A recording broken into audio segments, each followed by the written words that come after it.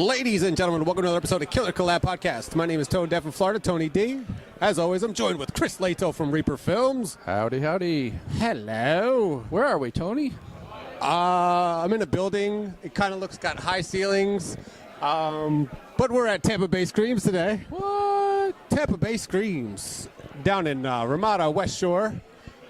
That's 1200 North West Shore Boulevard in Tampa. Okay. And the beautiful face all the way to my right, your left. She is no stranger to our podcast and any movie that I've probably been in for the last couple years. And yeah, we'll go with that.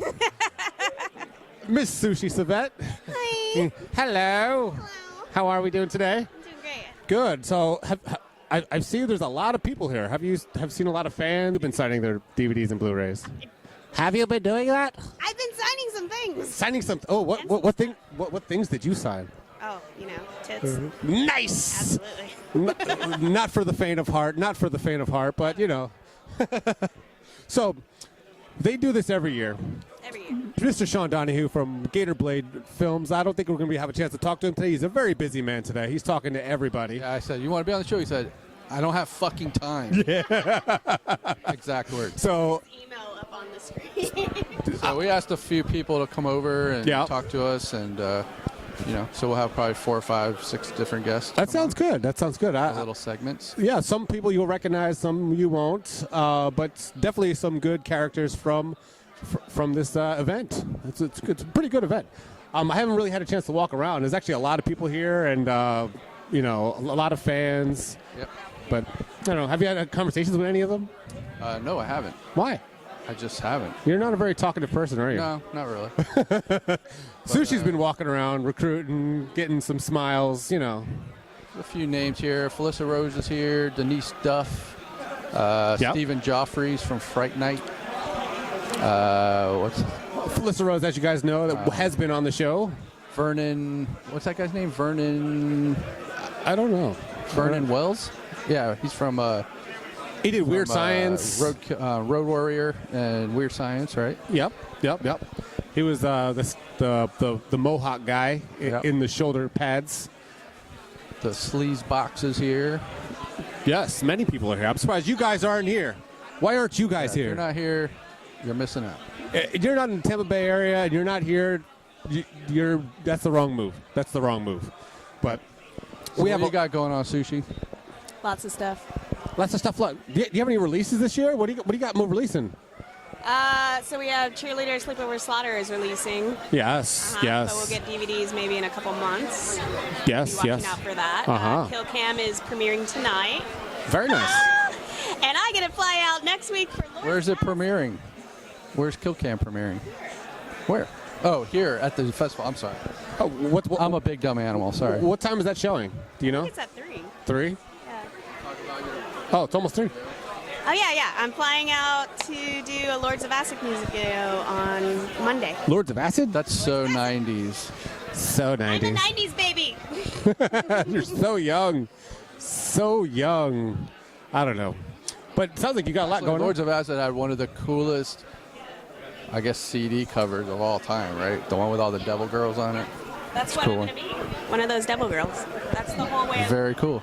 Is it going to be like red leather pants instead of black? No, they're going to body paint it. There's Body paint it? Mm-hmm. Latex? Dirty version. No. Spray paint. Just regular body paint. When you get this guest up here, he'll tell you about body paint. Yeah, I don't know I don't know how that works. It's water soluble, so I got to wash it off before I get on the airplane and come back. How long are you going to be should out? fly with that. I've tried to fly with horns. They won't let you. Yeah. That's weird. lame. Yeah. I'm not liking that. You also can't show too much cleavage or you'll get kicked off a plane, too. What, on the plane? So stupid. Really? Yeah. I'm not liking these Being a new woman. plane rules. These new Planes. plane. Yeah. I don't know. I don't know why. Seems like everything has stupid rules nowadays. Everyone's so touchy. I know. So Everyone's all touchy. uptight. It's like it's just boobs. Who cares? Everybody's got them. Yeah. I mean, they allow breastfeeding on TikTok now. Yeah. So, yeah. The only time I've never been kicked off TikTok is when I do my stripper videos. They're fine with that. But as soon as I show my feet, I lose my whole Ew. Feet. Yeah, feet. I don't do feet. Feet is not a thing. Nobody That's wants so you to funny. do that. Well, some people do. Some people do. Some people like doing feet. I don't see how that Makes no works. sense. I don't get it. I want to meet who makes these rules up and be like, what? Mom's against everybody. All right. Parental advisory. Parental advisory notary. Straight out of Compton. Oh man, but that's the industry we work in. That's our industry. We walk a very fine line. So we have to maintain that line. And I don't. Sometimes we go over a little too much. We get slapped on the wrist, and then we come back over to the other side. Right. But we still got to make money. We still got to do what we're doing. But Silly. yes, still got to do it. But I don't know. Chris, what do you got? What are you selling? What have you sold? Anything interesting? I got a bunch of yard sale shit. Yard sale shit. Yeah, basically all the stuff that we get at yard sales and try to sell online that hasn't sold in like 6 months, we bring it here. Yeah. So I'm gonna put a. It's a big. What is Spider-Man? Spider-Man. That's a. What is that? A foot. Where'd you get that one? That one talk? I'm not an Avenger, but I have them on speed dial. He's the Avengers buddy. He has them on speed dial. Oh yeah. Slinging webs. How is that? An old toy? Nah, it's like probably a couple years old. Yeah. So there's a lot of vendors here, a lot of special guests signing autographs, taking pictures, but it's always a good time every year. You guys have seen, I've actually posted last year's show on the channel. Not a long episode. I think it was like 15, 20 minutes, but it was definitely an entertaining show. Yeah, for sure. But a lot of cosplay characters. We got Michael Myers, Jason. We got a couple of random ones I haven't seen, but we got a vampire over here. We got a lot of interesting characters here. Yeah. So we're joined by special effects artist and filmmaker Carl Huber. How's it going? How's it going? How's it going, Carl Huber? You've been on the show before, ladies and gentlemen. Please check him out. That episode is a very good, popular episode. It's special effects artists. So you were going to come to the show, do a little example, but unfortunately, things have fell through. Yeah, the model actually got sick this morning. It wasn't COVID, was it?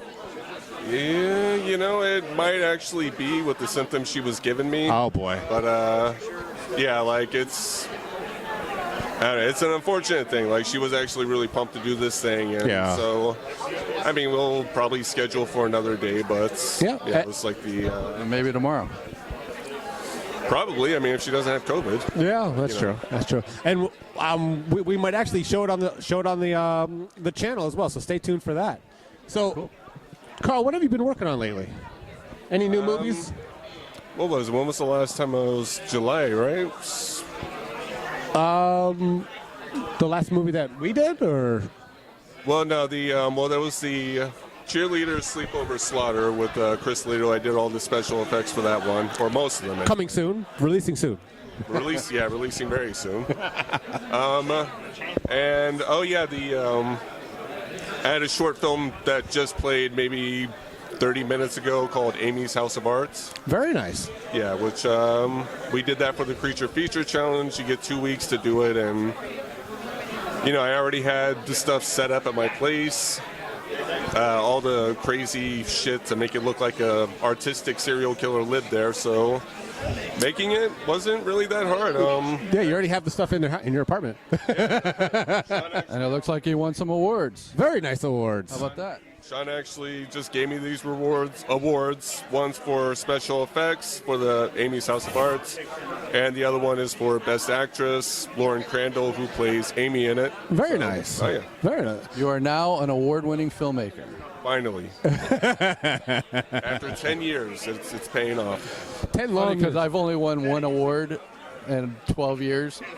And the award I got was at the Real Terror Film Festival, and it was Best Horror Hotties was the award I got for my movie.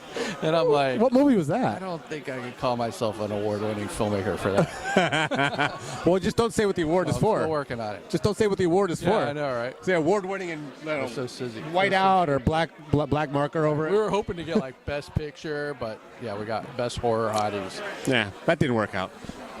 Best horror hotties, that's something, right? Yeah. It means you had the hottest horror whatever out of everyone else's shitty films. Right? Yeah, I guess we had the hottest cast, That's which is good. what I strive for on every film. Yeah. Unfortunately, I've been in a couple of movies too, but a couple of his movies it didn't work out. Oh man! So Carl, do you have a booth today or vendor? No, the original plan was this. Sean, the festival runner here. Originally, we were going to schedule this for makeup, but I kind of got lazy in coordinating with Sean. Yeah. So at the last, when he got rid of all the tables, is when I finally asked him. And, he's like, okay, we don't have any more tables. And then, like, literally probably 10 days ago, he messages me, because I guess he just got done working with Vera on a set. And said that he had a space available out in the hallway, and if we wanted to do the makeup demo there, we could. Yeah. So I started hauling ass on getting the wardrobe ready, all the prosthetics. It's the, did I already say it was the Nightmare Before Christmas Sally themed thing? Nope, not yet. Okay, well, we were doing like a much more like sexier, up-to-date, like gothic erotica thing like that. But the wardrobe looks cool, the prosthetics, real pain in the ass to make all of those. How long of a process is that? Those it probably took me about 16 hours altogether to just to sculpt those out, and then I had to make the molds and then pour in the Bondo to make the prosthetics. Yep. Bondo is just, they were going to be 3D transfers, which is just a lot easier to put. Yes. And that normally takes about 3 days to dry out. So yeah, this was all a very extensive, quick process that needed to be done just on the fly. And I mean, it sucks that Vera couldn't make it out, but we are just gonna, once she gets better, we're still gonna try to schedule it. And just a rain check, simple rain check. Yeah, probably even just jump on your show and just do a that's true. time-lapse of it. Could definitely do that. We could definitely add it to the channel on the podcast or however, because I think that I was really looking forward to it. I was going to shoot it today. Yeah, that's a cool idea, man. Yeah. We'll have you come on. Seriously, do it. Yeah, absolutely. Do you have anything else in the pipeline?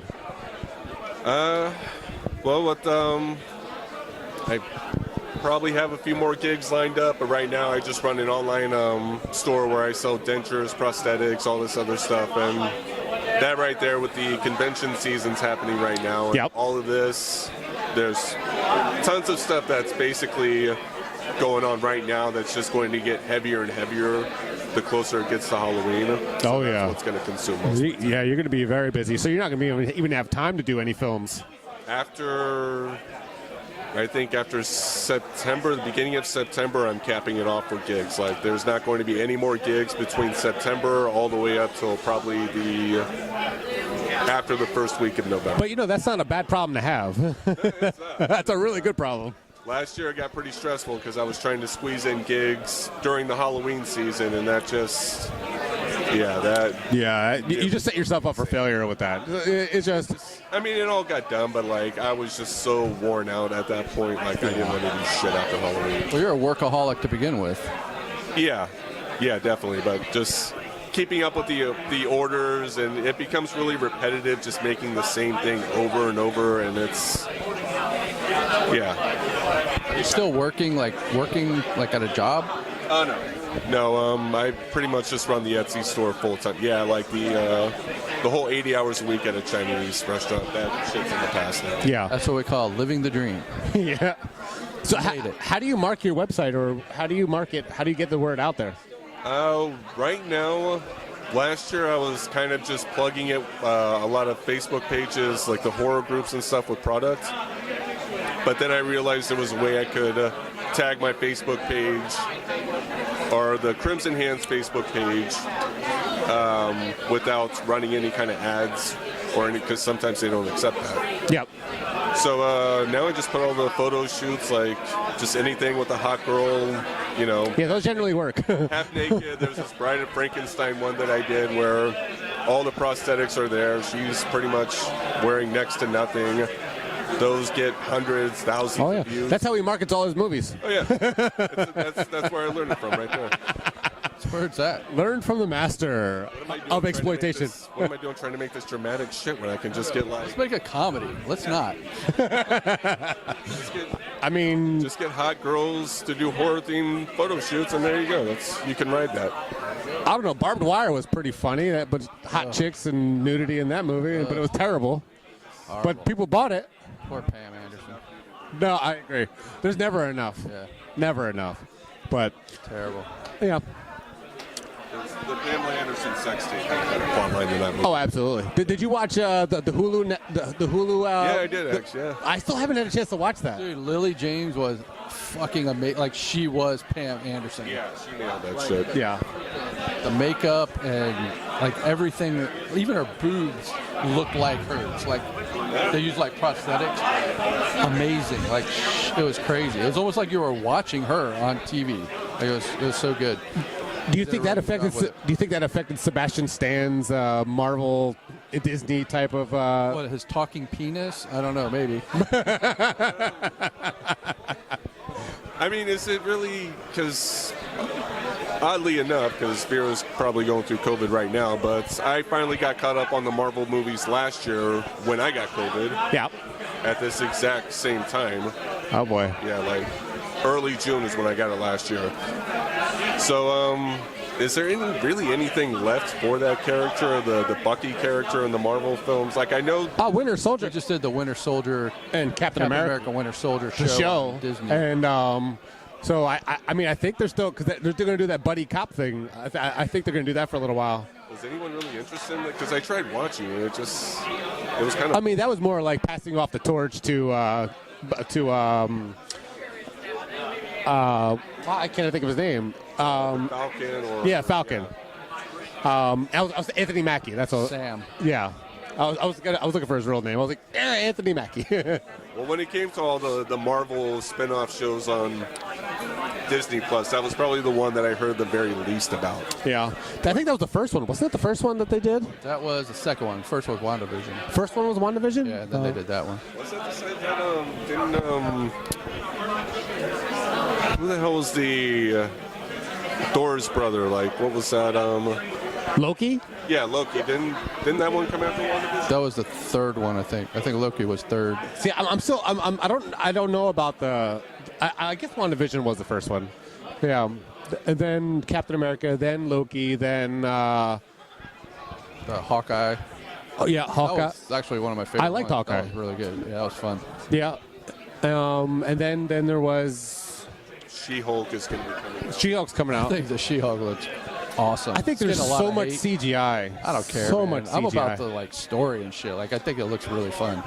I think they did kind of backpedal on the CGI some. Yeah.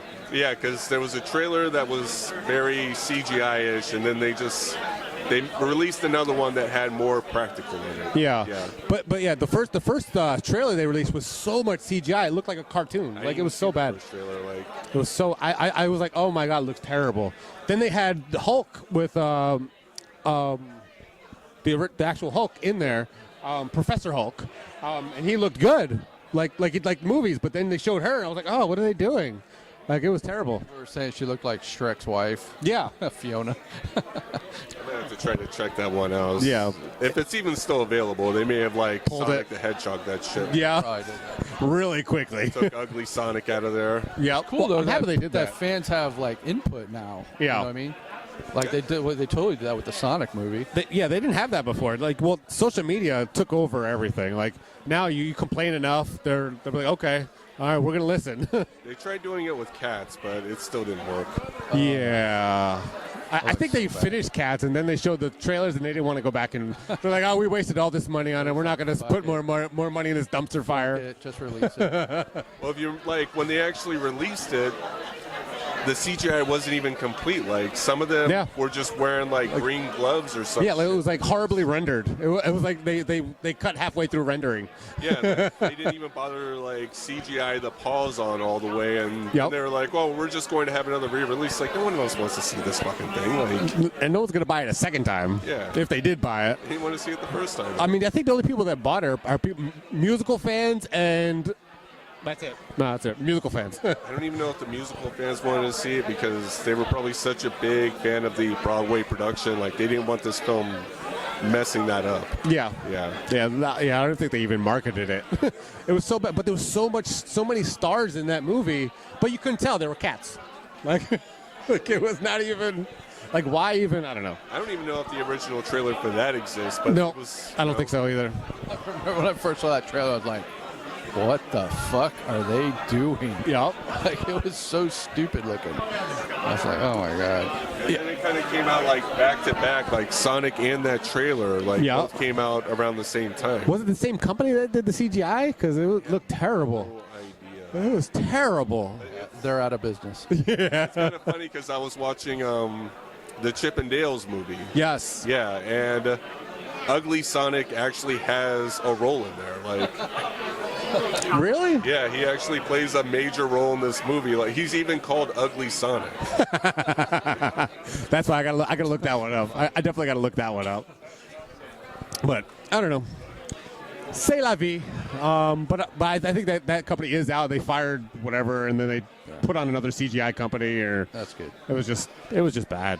But I like more practical effects. Definitely a fan of that, which is why I love your work. Thank you. There needs to be more of that. Yeah, like, I think at this stage, like, practical and visual can go hand in hand because that's that's what I did a lot with this Amy's House of Art. Yeah. Kill scenes. We even with Chris's film Cheerleader Sleepover Slaughter, like, we had things where hoses were very much in place. Yeah. Of I'm not going to give away any kill scenes, but his son Bo, right? He did the visual effects of taking all that stuff out, so that's where it can come hand in hand. But CGI blood, splatter, all that shit, like it's. CGI should complement like prosthetics. They should complement like anything. They shouldn't be standalone. I don't think CGI unless it's like full CGI and it's like something you can't do practically, like. But I don't see. Yeah, it shouldn't be there to take it out completely. Like, Yeah. Just. Well, it's just like the new Be Stranger there to Things. enhance it. Yeah. Just like the new Stranger Things, they made the Rechna all practically, but they CGI like enhanced it. That's what they did. I don't know if you've seen the new season 4 of Stranger I Things. haven't watched it yet. I did watch the first episode, but then I was like, maybe I should see the other 3 seasons first. Yeah, good idea. Good idea. Probably. It's definitely a good show. I finished all the way up until the final episode of the half season, and they're releasing the second half next month. I'm waiting until they're all out. Yeah, And I'll watch it. Well, now I have no choice because I didn't know they did that when I started watching Yeah, I it. did that. They did that with Ozark, and they had like this really intense scene at the end of the 7th episode, and I'm like, damn, I can't wait to see episode 8. I gotta wait 2 months. Yep. What the fuck? I didn't know they did that shit. I was pissed. I Yeah, would have just watched the whole thing at once. they're gonna start doing that now a lot. They had a show on that. Have you ever heard of the Santa Clarita Diet? Yes. Yeah. That shit, like, what was it? That pretty much the second or third season. And 3 seasons, I think they had. yeah, that ends on a pretty big cliffhanger, and then they're just like, fuck it, cancel it. Yep. More. Actually, Joe Davison actually shot his movie in Santa Clarita. Oh, really? Yeah. Nice. That's where he shot Sorority of the Damned. Yeah, Sorority of the Damned with Felissa Rose. Oh, yeah. I talked to him a little bit about that Yeah. Phantasm last year. Yep. Yeah. Well, that's where he shot that movie in Santa Clarita Mountains. Really? Yep. So that had a budget. That had quite a budget. Yeah, Million. $1 million. Yeah, $1 million. Yep. He unfortunately he couldn't make it out today, but he's got a little personal things going on. But we're still thriving on, and we're still going. But Carl, thank you for joining us. Hope you enjoy the rest of Tampa Bay Screams. Hope you're meeting some more people and diving in. I'm getting out there. Yeah. Always good talking. Thank you, Carl. Still in the theme of Tampa Bay Screams. Now we have another special guest on the show, Miss Nicola Fiore. Hello. How are we doing? Here. Nice. Thank you for joining us. Yeah. So, what have you what have you brought you? What brought you here? What brought me here? So I'm actually originally from Florida. Okay. I started making low-budget horror, I guess you could call it, back in 1999. That's our specialty, low budget horror. That's it. That's all we care about. Truly independent cinema. Absolutely. So I would say my first one was like 1998, 1999. I went to a community college down in Manatee County. Made a couple of movies with some of my co-students, and years later I met Dustin Hubbard when we were both working at Blockbuster. Yeah. Remember that? Very nice. Blockbuster. I worked at Blockbuster too. Some of our viewers won't remember Blockbuster, but we'll see. Watch the last Blockbuster. I'm not here to plug that. But it's a good documentary. It's part of culture, history. You need to know about it.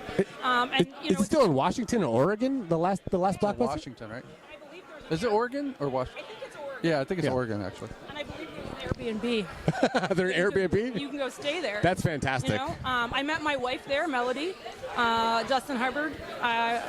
My whole family, like, it's just, you know, we all gravitate. It's, Yeah. I'll be making a movie with somebody, and they're like, I used to work at Blockbuster too, and I'm like, oh yeah, we're making a movie. We need to get back to that. Talk about Blockbuster all Yep. night. But I would say that is kind of what brought me here.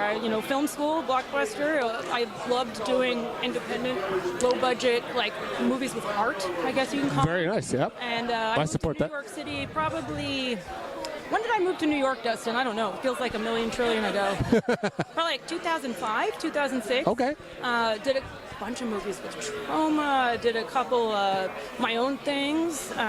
One of a big breakthrough movie we did was Mr. Bricks, heavy metal murder musical. Okay. And worked on that with Trauma Cinema. Travis Campbell, longtime Trauma family member.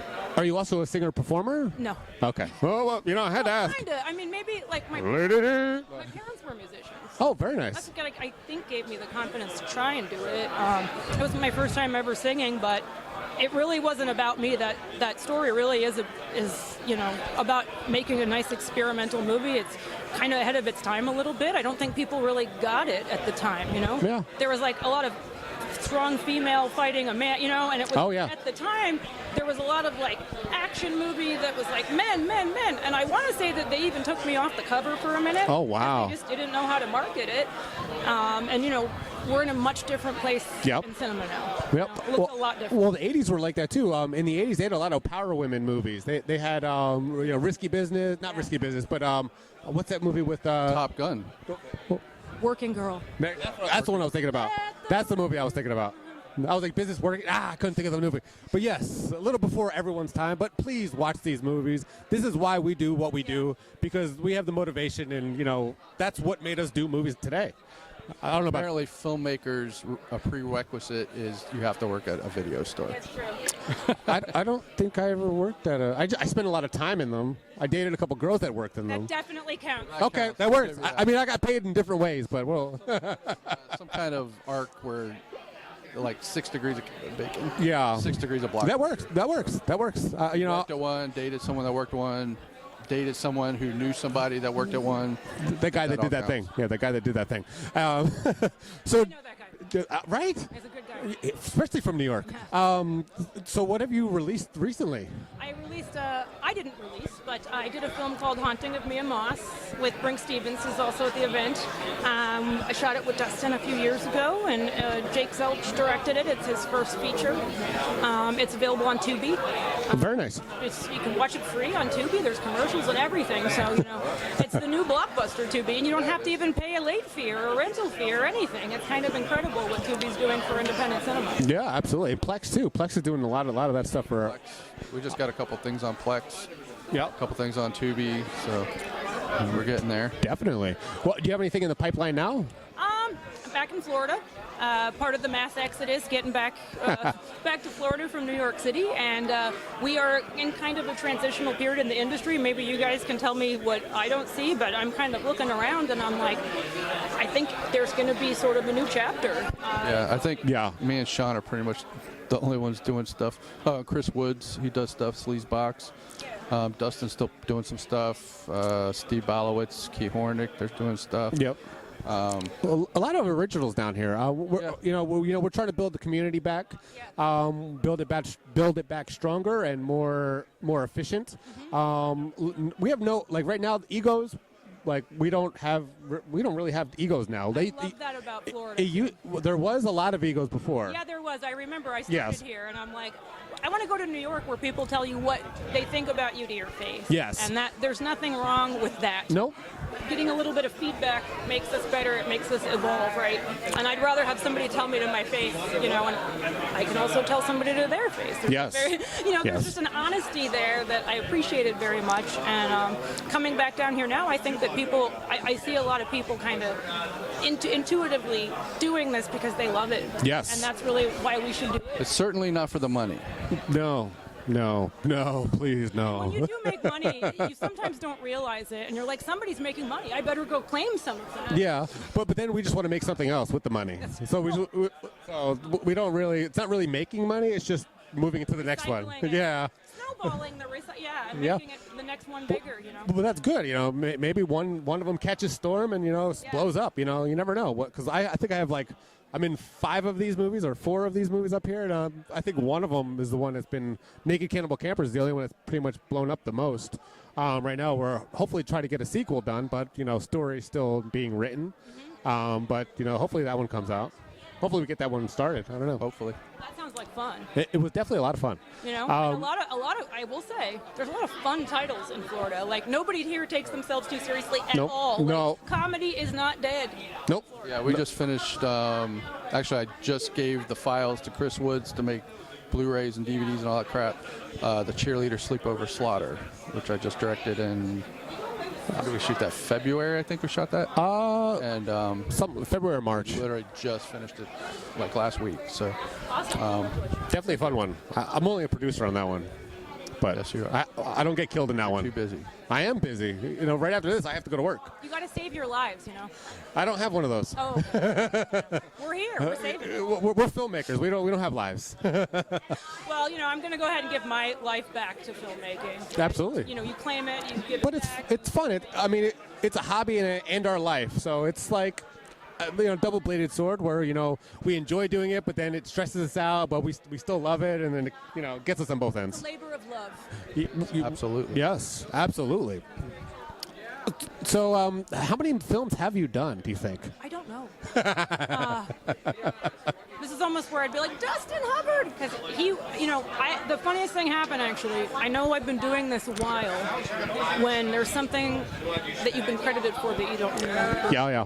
I hate to admit that. I'm sorry. I have a pretty sharp memory, and I'm not on social media anymore, and I wish I was because I'd like to stay in touch with everybody a little better. Yeah. And if I did, maybe I would remember making this movie in 2008. And sometimes you do so much. Forget stuff. It's hard to keep up. Yes. I Admit that. think I'm credited with a TV show back in 2000. I was like, I don't remember. Yeah. That maybe I worked on it. I don't know. But Did you do a lot of background acting or anything? no, actually, Okay. no. I was mostly on radio, and okay. then I did a TRL version in Jersey and Philadelphia. Okay. And then pretty much that, and then I came down here, and we just started making more films. I was on a couple TV shows up there, but Awesome. I used to live in Jersey too. I was in Jersey You're City. from Jersey? He's from Jersey. Jersey. I'm from Atlantic City. Nice. Atlantic City. When we moved from Florida, the first 5 years we lived in Jersey City. So, I went to Seton Hall. Okay. Seton Hall University. yes. Yes. The best horror conventions are in New Jersey. Like if we could somehow bring to life in Florida, what Yes. we have, and we're gonna do it. That's what. Well, I keep telling him I was like we had a lot of great conventions in Atlantic City. Yeah. Like they were huge. Some of the best ones Yeah. I've ever been to, like Chiller. Yep. For sure, Chiller. Good memories, good blackouts. Oh yeah, and the beer and wine festivals are great too. So good. So good. So what questions do you have? This is, I don't know if you're familiar, but this is Killer Collab Podcast. We're actually big on YouTube, and we're on every podcasting platform that you could possibly think of. That's awesome. So, It's great to be here. And Yeah. I will admit, I'm kind of coming back to Florida, so it's nice to meet you guys. Yeah, no, of course. nice to meet you as well. Nice to meet you as well. Thanks for coming on. We appreciate you. I think we're going to have Dustin Hubbard on next. And you can grab him. He'll probably be better at promoting my movies than I am, but yeah, there's actually what we have here tonight. I have 2 copies of Terror at Bloodborne Park lately, and I sold maybe 2 or 3. So Getting the word out, though. it was one of those things like that. I did that movie 2005, 2006, right when I moved to New York. Yeah. And it still is people love Terror at Bloodfort Lake. What else can I say? Man, sometimes you got to hit, you know? It's like ridiculous, and the ridiculous stuff is what people like in Florida, so we'll take it. Yes, and, Florida Man is very popular down here, so they like the outrageous and they like the out of the blue type of scenarios. Silly comedy. Yes. Can't get enough of it. Much appreciated. Thank you for having me on the show. Thanks for coming. Sitting down with us now, we have Mr. Dustin Hubbard. How are we today? Hey, I'm good. How are you doing? I'm doing wonderful, wonderful, wonderful. Awesome. So what brings you to Tampa Bay Screams? Just the usual, coming out trying to promote my films and myself and raise awareness to independent film. Absolutely. That's what we like to do best. Yep. So what films you got promoting right now? Right now, mainly I haven't been on set a lot recently, so I've been producing a lot from afar, but mainly trying to promote my release of Evil Curiosity, which was a short film that starred Brink Stevens, and some other movies like Ouija Mummy, which I wrote and produced. Very nice. Like Animator. Where can you see Ouija Mummy? Ouija Mummy is now available to watch for free on Tubi. On Tubi. Very right. nice. Tubi's very popular now. Same thing with Plex. Have you tried Plex? I have, yes. Yeah, Okay. a lot of stuff there. Very nice. Very nice. So do you have anything in the pipeline now that you're actually looking to film, or do you have a script? I am actually in the final stages of finishing up some second unit to complete a movie that we started shooting a couple years ago called Jekyll vs. Hyde that I wrote and produced. Very nice. I like that title. It's cool. Yeah, I wrote the script, but it was co-directed by Sebastian Godin and Kai Hornick. So, and they actually play the lead roles. Very nice. So when one acted, the other one directed, and vice versa. So is it just them on screen? No, there's a bunch of other people. Joel Wynkoop's in it. Oh, very nice. And a couple other bunch of people. What isn't Joel Wynkoop in? Yeah, I know, right? It's true. This is Florida, so Very. he's in everything. Yep. He's been on the show twice, I think. Nice. Yeah. So, so how long have you been doing film? I've been producing for 15 years. 15. Yeah. Did you go to school? Nope. No. Self-taught. Yeah. It's the way to do it. Just do it. Yeah. That's how Absolutely. you learn. You just do it and keep doing it until you get better. Now, I talked to a lot of filmmakers and producers, and what do you use as a camera? What's your camera of choice? Honestly, it varies by person. Honestly, I hire a lot of directors from all over. Very nice. A lot of cameramen, so it varies, honestly. So, Now, do you edit your films too? no, I hire people for that. Oh, very I don't nice. have the patience. So, Yeah, me neither. no, I don't either. Not at all. Chris does both. He does. I do both. I shoot, edit, direct, everything. Produce. Yeah, man of many hats. Yep. Man of many hats. And what's good about me is I don't have like a job, so I can work all day on the edit.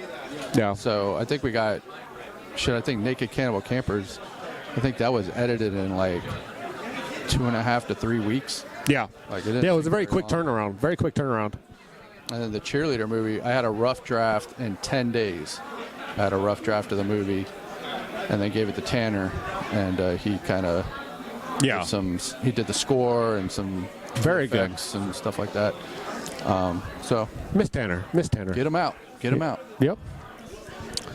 So now, you've been doing this 15 years. What actually got you into doing it? I was a film nerd from birth, practically, and I ended up moving down to Florida shortly after graduation, and I got a job at one video store and then went to Blockbuster shortly thereafter. Met the right people at the right time, and we were all like, hey, we rent a lot of crap, and we could probably make something better. Yes. So I pitched them a couple ideas, and the group of us decided one was the best choice, and we were like, screw it, we're going to go make a movie. So Screw it. it never got completed, but that was my film school. So I said the same thing. My first movie was like $900, and it was a 40-minute movie, and that was basically told me what not to do. Yes. So you learn from it. A lot of bumps and And bruises. then my second movie's it's like night and day from my first one, as far as you can really see the growth from the first one to the second one. So I think that's the way to do it. I mean, all these people are dropping $40,000 to go to film school, man. Yeah. It's use that money and make a couple movies, And that's the way you learn, is you surround yourself with people that know more than you do and learn from them. And, but people are still going to film school. What was your first release title? Oh, probably first thing that probably I ever had a producing credit on that got released was Wet Heat. When Heat? Wet Heat. Wet Heat. A Chris Seaver film. Horror comedy. So. Okay. All right. Well, you were just in Do Not Disturb that was just released, and you were like the main character in it. And that's a movie, basically 2 people in the whole movie. So yeah, I still have yet to see that. That must have been pretty challenging. Was that like the hardest acting gig you ever had? Yes, and that was definitely the biggest role I've ever done since the first movie that never got completed, because I wrote a role for myself in that, and I was like, oh, I'll play this role, but maybe we'll find someone else to do it. And we didn't, so I was like, oh, hell, I have to play this role now. And it was one of the main lead villain kind of people, because Debbie Rochon and I played Christian scientists who cloned Jesus. Oh, wow. And then he turns evil and starts killing people. And then I had to actually play it, and I wrote all kinds of preposterous monologues for myself that I couldn't remember, and it was a really bad situation. So I said, I don't really like acting that much. I'll only do cameos or something like that. So, but then We Massacre was like, hey, we have this script. We really want you to play this role. And I'm like, are you sure? Well, I know that they are very monologue heavy, and they are very dialogue heavy. Yep. What got you to memorize all those compared to your other monologue? Dumb luck. So do you have particular techniques to help you remember lines? Honestly, no, I'm terrible at it. So I just have to read things like 400 times and hope it sticks. So. Yeah, I'm pretty much the same way. I think repetition's where it's at. Yeah. Just keep saying it over and over and over and over. And I think if you practice with someone else, I think you'll pick it up faster. Like when I'm shooting or directing, and as you're shooting, you know who the weaker actors are or whatever. So I will shoot them last because we always run dialogue back and forth with everybody. So when I'm shooting the stronger actor, the weaker actor is getting to do their lines over and over and over and over. So by the time we're on them, they pretty much got it. So I found that works pretty good. Is that why I was always last? That's why you're always last. Actually, that's false, but whatever. Oh man! So what are you selling now at your table? Well, all of the aforementioned titles. I have my actress friend Nicola Fiore here with us. Mm-hmm. So she has a couple of her titles that she acted in, like Miss Cannibal Holocaust, Terror at Boyfart Lake. Goodness. Clint Kelly is over there. He's my usual cameraman and editor when I'm making things in Florida. Yep. So he's distributing a movie called Hooker with a Hacksaw that Donald Farmer directed. So we have that over there. So very nice. So, what do you have that people would be shocked to see? What's your number one shocker movie that people think about, that they'll watch and what the fuck did I just watch? Oh God. Chris has a bunch of them. Hey. I feel like a lot of them are pretty vanilla. Oh, really? They're not, G-rated, but nothing too overly racy. Okay. So, anyway. So, give it time. Now, do you go to the nudity type of scenarios or no? Sometimes. Yeah? Yeah, sometimes. Okay. All right. Some people don't know, there's a line that a lot of people walk, and Chris just blows right into it like a freight train. It's more Sean than me. I'm more like vanilla, and he compared to Sean. Well, the problem is Sean has built a fan base. I haven't. Yeah. I don't really have much of a fan base because I don't. How often do you ever see me post stuff? Hardly ever. Yeah. I don't really engage, and I haven't built a brand where Sean has. So we make movies to appeal to his fans, and we're shooting one in August. That is something I wrote, and it's not horror. It's got one horrific scene, but the rest of it's more of a crime thriller, I guess. Okay. So I'm kind of excited to kind of step out of the box of what we normally do. And no, it's going to have some nudity, and it's got a, like I said, one like super gory scene. But the rest of it is like more character driven and cool story and plot. So I'm pretty excited to get that one going. We're shooting that one in August. What's the title of that one? It's called Death Blow. Death Blow. Wasn't there other working titles that you were working on? It was. First, it was called The Rental House. I wrote this like 2 years ago.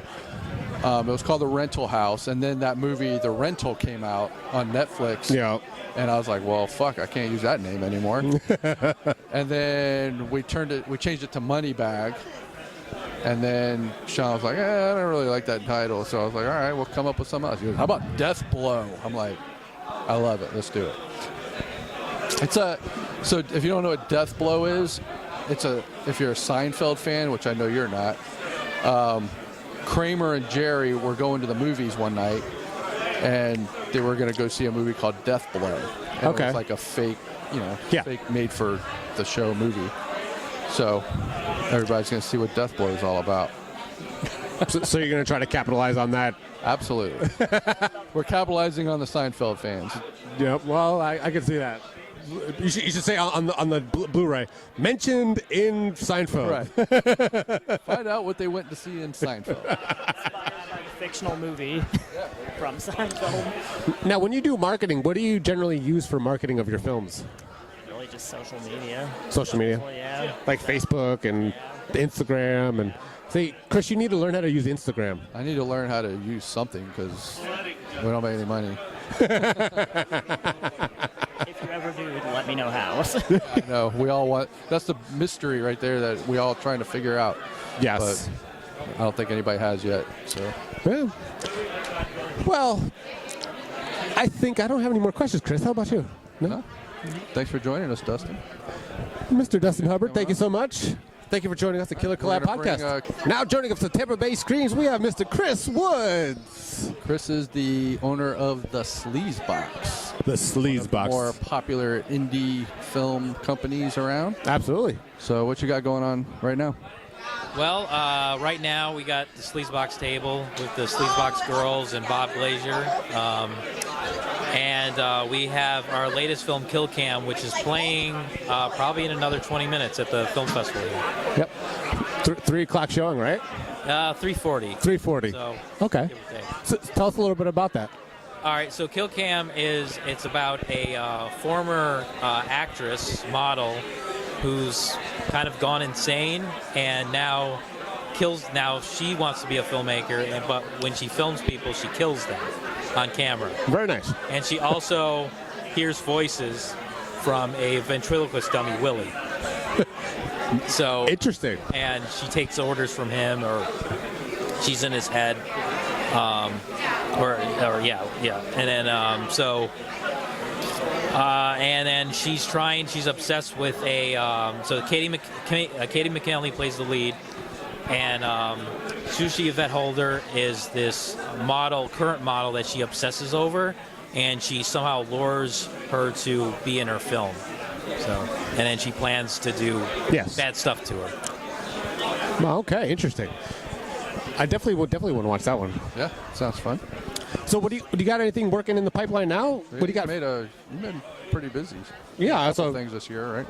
Yeah, I did a film called Pandemic Thirst, which is a COVID vampire movie. So it's a movie where when COVID first hits America in March of 2020, and it's pretty much there's a girl that gets COVID, and she's kind of on the run at the same time. She's in a hotel room, and then she and Lixie Lestat plays the girl, and then Sushi is the vampire, and then she actually bites Lixie, and then the vampire gets COVID. So then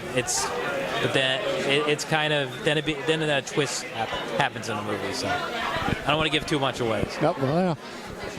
Now I know you made many movies here in the Tampa Bay area. What do you think is your most popular? That would be American Holocaust.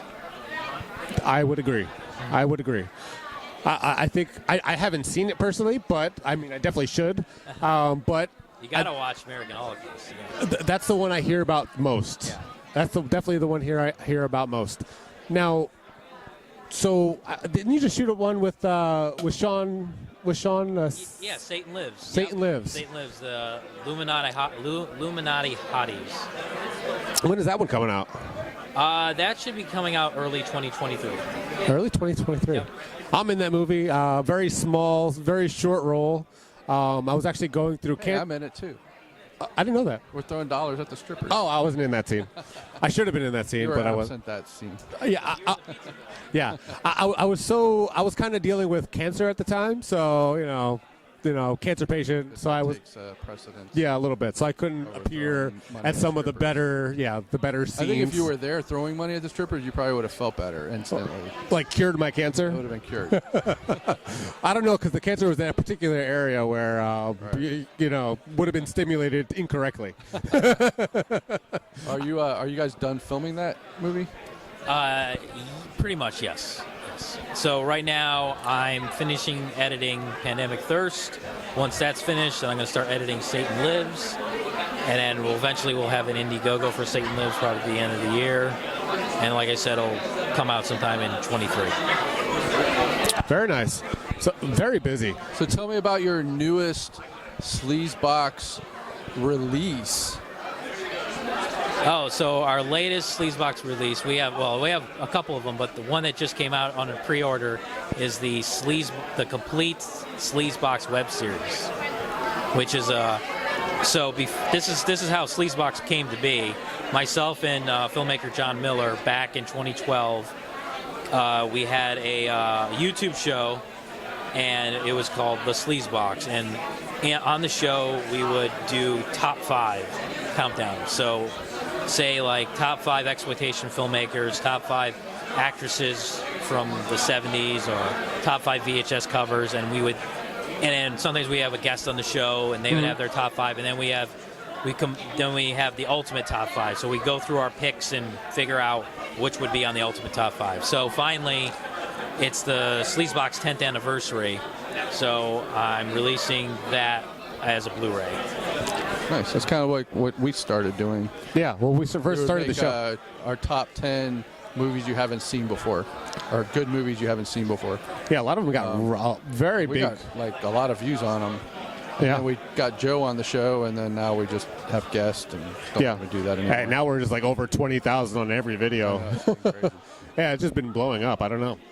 But thank you for joining us. But I love seeing you guys each and every week. I wish you guys would talk more. Every once in a while we get comments, but not too many. Yeah. Not too many. But we need more comments. There are actually. It's been picking up a lot with comments. Yeah. A lot of them not asking questions. They're just like, "Hey, good job," and stuff like that. But that's the nature of the beast. It is. You got anything written now that you're ready to shoot? No, not at the moment. Right now, I'm kind of going to be taking a break soon. So I was in the Sean Donahue camp of I need a break, but I keep kicking Sean in the ass, and he doesn't have anybody kicking him in the ass. So I guess that'll happen. I'm, it's getting costly to make a movie, and gas prices are going up. Yep. So it's like I do have Family Snapshot, which is another film that I'm really proud of. That's won some. It's not a horror film. It's not a Sleazebox film. It's a drama starring Brandon Jones, formerly known as 8 the Chosen One, and Bob Glazier. And it's a drama about father and son who are ex-cons, and they plot a mass shooting. And that's been playing in film festivals last year and won a couple awards. Very nice. And right now I got an Indiegogo campaign going on where you can buy a Blu-ray, a DVD, or be associate producer, executive producer. So that's being released. Indiegogo is still going now, right? Yep. All right. Yeah. Send him the link, and he'll put it in the description. Definitely. Kind of controversial now to do it, right? Yes. We had kind of bad timing because I think the Indiegogo came out the same day as the Texas shooting. Oh, shit. So, yes. But the film was done. We did the film back in 2019, even before COVID. But yeah. It's still relevant because I wrote the film because at the time it was like 2018, and even before then there was all these mass shootings happening, and they just wanted to do something, and it involves a lot of social issues too, and like racism and drug addiction and mental illness. So we hit we hit everything that's been going on in the last several years, except COVID, because COVID didn't happen yet. It was so unpredictable. Yeah. COVID was so, that really messed us up. But we shot a couple of movies during COVID. But it was definitely a good time. So what's the most strange thing you've seen today at Tampa Bay Screams? Let's see. I saw a girl dressed as Felissa Rose's character in Sleepaway Camp, and she really? I haven't seen a penis attached to her. So